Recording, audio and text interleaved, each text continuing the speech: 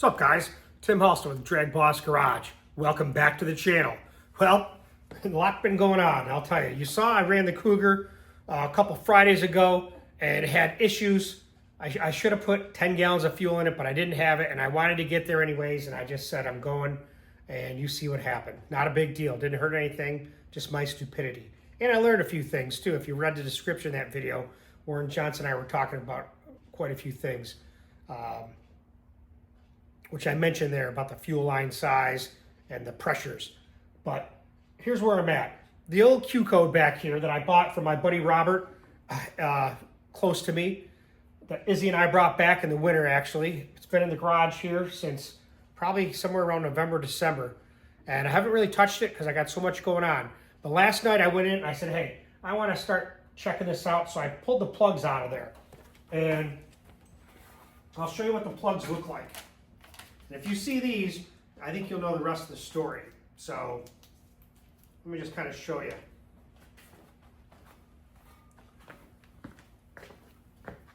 What do you see there? Like this guy. All rust. Look at this one. So I did a borescope on it to check it out.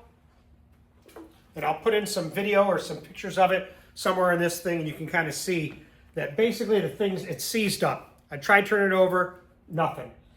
I didn't want to break anything. I looked in there with the borescope, rust in there, cylinders all scored. It's pretty much junk. You might be able to get, the heads themselves are probably good, but I think they're the open chamber, if that is a Q code.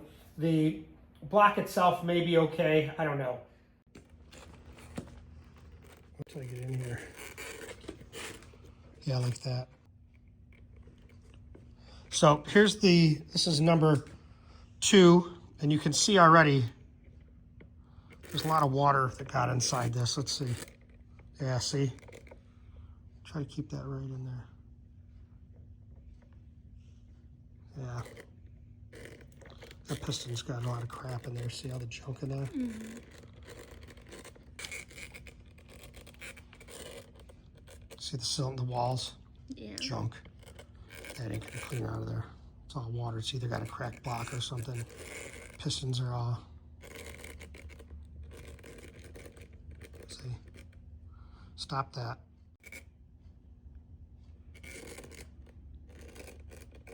Yeah.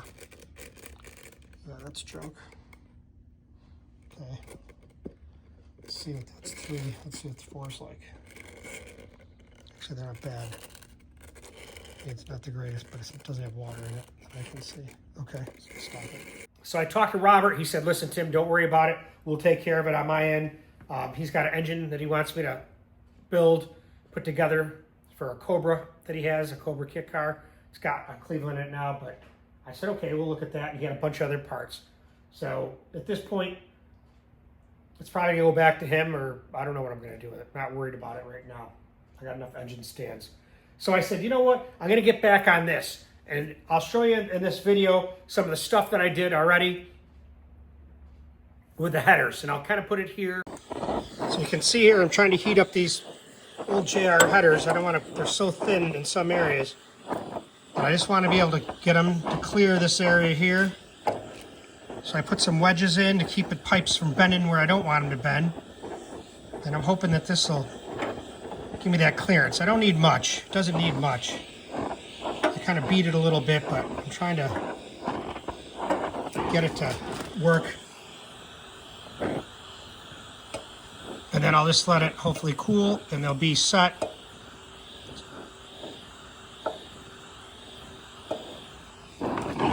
Now that I know that Q code's no good, it's got water in it, now I can get this going and get it on the stand.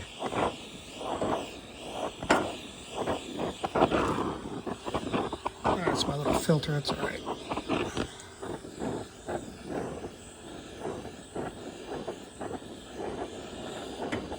Anyway, so you can see what I'm doing. Hopefully this works. I don't want to burn a hole through it, so let me put this camera down. So here's my little setup. Got some chisels here because I don't want to have to fight with them getting into these collector area. I put that in there and wedge it in against about the clearance I want. And I put this here to prevent these two pipes from contacting. So hopefully you can see there that it did move or heat it up in that area. All I need is just a little bit of clearance so it doesn't hit the pan. So I'll let this cool off and I'll pull this out and I'm gonna cross my fingers because I'm telling you, this thing's ready to get on the engine run stand and get running. Well, I think we have some success. You can see there, beat up that sticker, but now we got clearance. That's all I need. And it should go together just like it was. So that little bit of clearance, whatever it is, I don't even know. 30 thousandths, 50, good enough. Just to do a quick review, and you can kind of see what I had to do to get these old JR headers to fit. And here's a picture of the headers now. Now, I'm gonna pick up another 6210 set of hookers, which are nice, and I like them, and I know they can handle 752 horsepower. This thing only makes 615 at 8 grand. So, but I wanna run these. This is what that Mustang ran, and I wanna run those JR headers. So I said, let's get moving on this. So let me show you a quick preview of the front half of this. So let me show you the front. I'll show you what I did today, and I'll give you a quick look at those headers. Last time you saw it, it had that tunnel ram on there, which eventually I'm gonna put one back on. Actually, a pro stock one that's been cut and shortened so it fits under the hood. I got the water pump all set to go. That's all tightened on there, belts adjusted. I got an alternator for it, that's all ready to go. I was gonna put a Mazir electric water pump on it because I like those, that's what I run in the Cougar, but at this point, I'm just gonna stick the way I got it. I finally got the adapter, that took a while to get that. Now the headers, you can see that. I wanna run these. So I put the motor mount in and it fits in the car with these headers, but I don't know if it's gonna go on the run stand, so I may not even hook it up there. I may just use a cherry picker to get it running. Who knows? Until I get there. But you can take a peek here. It's got the Crower rockers all set up. No stud girdle. Boy, those springs look small. I don't like these big distributors. I want to use something smaller, and I actually want to use that crank trigger right here because then it'll fit with either that tunnel ram or one of the ones I have. So right now, I'm scraping the gaskets because they tore when I took them off. They've been on there. This engine hasn't run in like 8 years, but these are stock Cleveland 4-barrel heads. There's a little light on the subject. No work done to them at all. That thing's making over 600 horsepower. Just shows the potential of these cylinder heads. Big shout out to Andrew Bostrom, Racing Enterprises. Andrew Bostrom, he's restoring a Duster, making a pro stock Duster. It's wicked build. I mean, the guy's going to town on it. But he picked me up these gold valve covers. He saw them at a swap meet, or he bought some parts and gave them to me for, like, I don't know, I remember, 40 bucks or something, Andrew. So thank you. I love that. Look at that. So look him up on Facebook. Now, Andrew Bostrom works for a company called Cam Motion. They do a lot of cam shafts, a lot of LS stuff. So look them up if you want to get a cam or get some cam tech. They're there to help you. Thanks, Andrew. I appreciate it. And Cam Motion. So I started scraping the gaskets off here.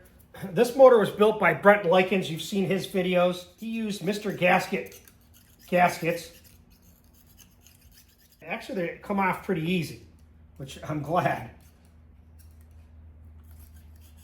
He did have some, I think he had white lithium grease on the intakes, you know, for changing intakes and make it easy so it doesn't pull the gasket off.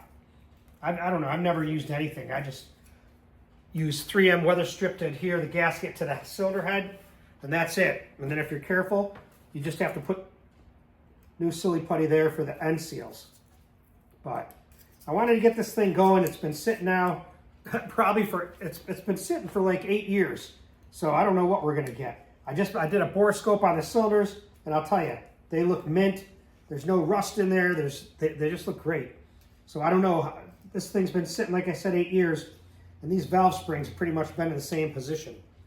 So we always talk about that when the valve springs sit open for a long period of time, how it affects things. I don't know. My Cougar sat there for 5 years with the things compressed. Never did anything with them, and it never seemed to hurt anything. with evidence from last year's time slips in the 930s. So hopefully these are good. You know, it's going to be a street strip car with a G-force transmission in it, and I think it's going to be pretty damn cool. I'd like to get it done this summer. You know, it would have been done a long time ago if I didn't have all these problems with the Cougar. I had to solve those issues before I can go further.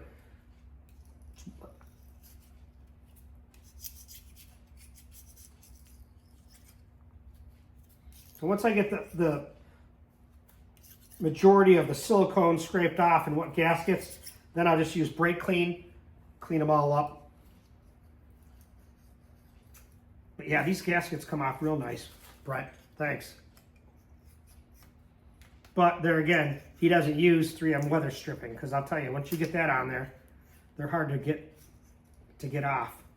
But again, the secret with that is you don't put that stuff on the whole gasket. You just don't do that.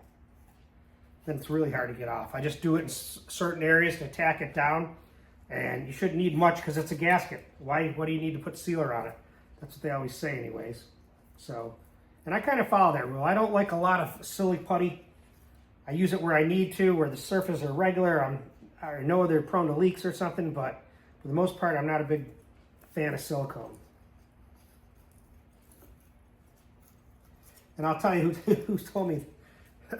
Warren Johnson said, he goes, they're gaskets, right? They're made to seal, right? I said, yeah. He said, then why do you need to put sealer on them? And then what do you think his reply was? If you got to put sealer on it, then you got something that ain't right. It's not 100%. So that's the way he thinks, and he ain't afraid to tell you that. Or tell me that anyway, so.